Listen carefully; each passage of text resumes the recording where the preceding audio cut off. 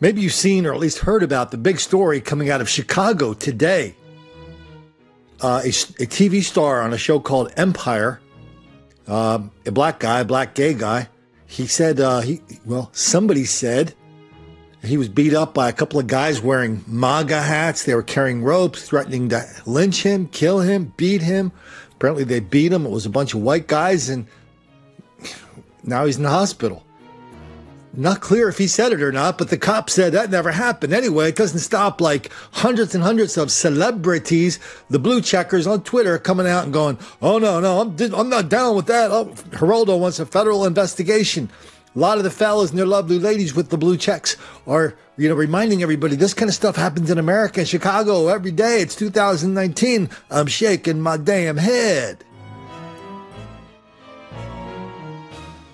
Okay, so this is how these hoaxes start. Somebody says something and turns out everybody runs with it. It turns out not to be true. And by the time everybody figures out it's not true, nobody cares anymore.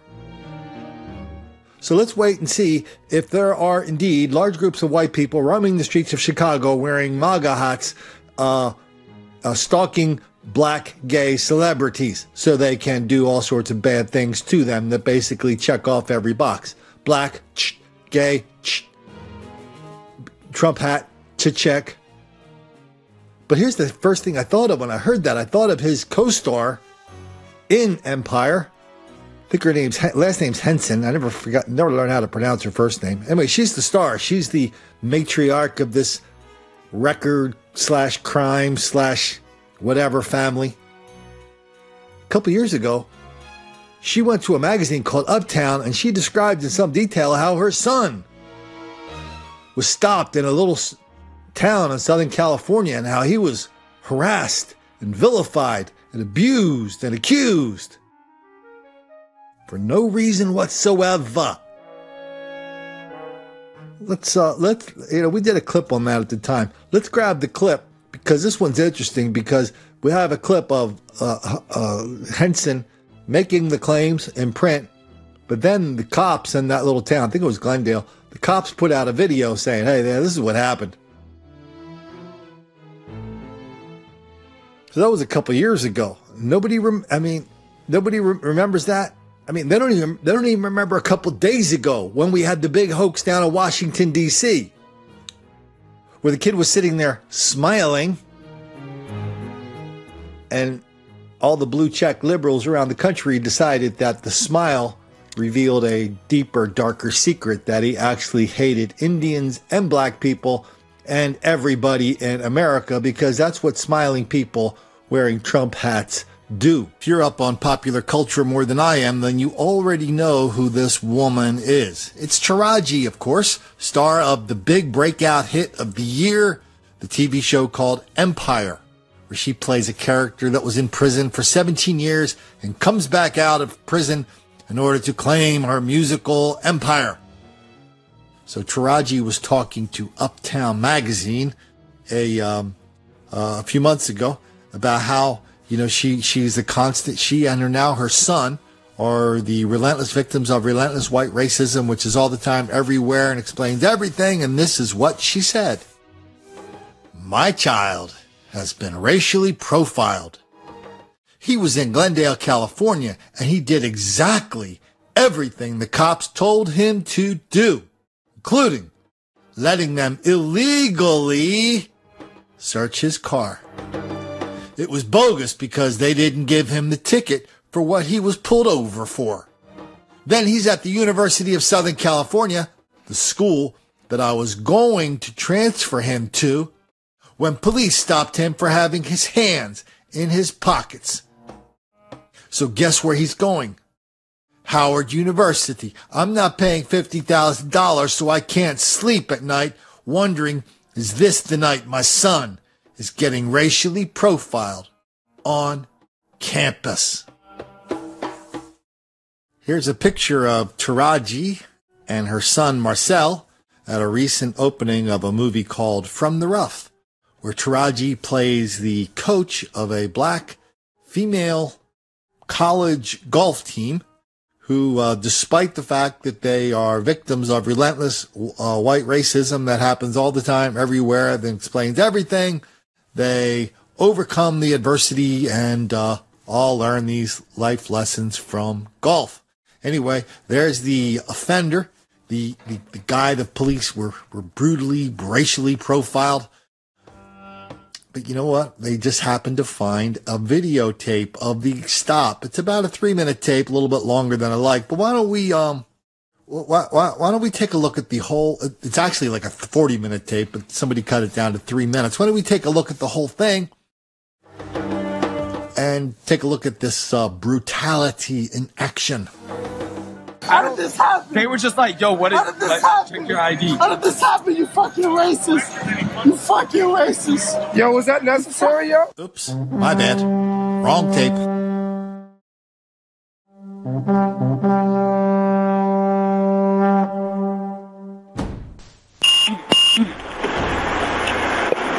Looking 45 traffic, Brandon, Doran.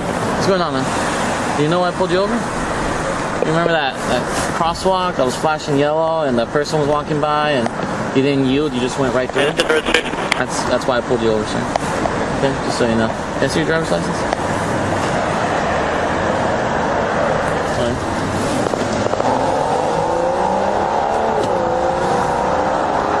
So you've never been arrested before, sir? Okay. So when I run your name, it's not going to come back that you've been arrested, right?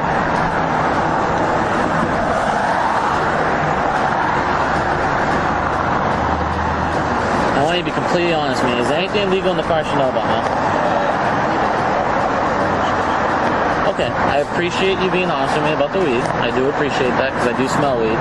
So, thank you for being honest about that, alright? I mean, and you have your registration with you? Okay, that's good. Just sit tight. I'm just going to check a few things, alright? And we'll go from there. I do appreciate your cooperation, though, man. I really do. Alright, sit tight. Where's the weed located? It's in your backpack? Alright, leave it right there for now. Just sit tight. Hey man, what's up? So I'm just gonna have you step out of the vehicle real quick, alright? Watch yourself. Step out of the vehicle and just go to the sidewalk, man. Keep your hands out of your pockets. Alright. Now, do you have anything else in the car besides the weed that I should know about? Huh? I'm sorry? Ritalin? Yeah. Is it prescribed to you? No. It's not prescribed to you. No. Who's it prescribed to? Why do you have it? Because he gave me some. He gave you some? Okay. You know you're not supposed to have that, right? I did that. Alright. Hey, what's up, man? Hey, so I'm going to give you a citation for the marijuana. Listen, I'm not going to give you a citation for running that yellow because that'll actually put a moving violation on your driver's license and you're going to have to do traffic school and all that stuff. So I'm helping you out by not giving you a violation on that. All I'm going to do is take the weed from you. You can go to court and show your prescription and stuff and you can handle it that way, okay? I don't know what will happen if you do that way, okay? But I felt like this was a little better than the other one. I'm giving you this too because you smoked weed about 2 hours ago. And my partner was about, we were trying to see if you were under the influence while driving. Don't do that, okay? And a warning, if you have Ritalin on you and you're not supposed to, don't do it. Okay, that's a big violation, and I wouldn't want to do that to you. All right, sign right here. Sign the admission that goes to the promise slip here. No, you can pay this off if you don't want to go to court. All right, it's like running a stop sign, man. Except you don't get the moving violation, which is why it's good, because you don't have to go traffic court, traffic school. So it actually helps you out just a little bit. There you go. All right, drive safe, man. Soon after the video came out, Taraji apologized to the officers involved, saying she's sorry. She lied her ass off. She's sorry. Her son lied her ass off. But you know what? The narrative of black people are relentless victims of relentless white racism all the time, everywhere. That explains everything is intact, at least at Uptown Magazine and other black magazines where this kind of stuff's reported every day. For example, in Uptown Magazine, they had a story when the first time I saw the headline, it says, "The killing fields are Republican districts targeting black men." First I thought it was Republicans are intentionally doing things to kill black people. Then a little bit later I thought, well, maybe it's a political article. Then I went, then I went back, goes, no, it's the intent of the article is to say Republicans are somehow doing things to kill black people.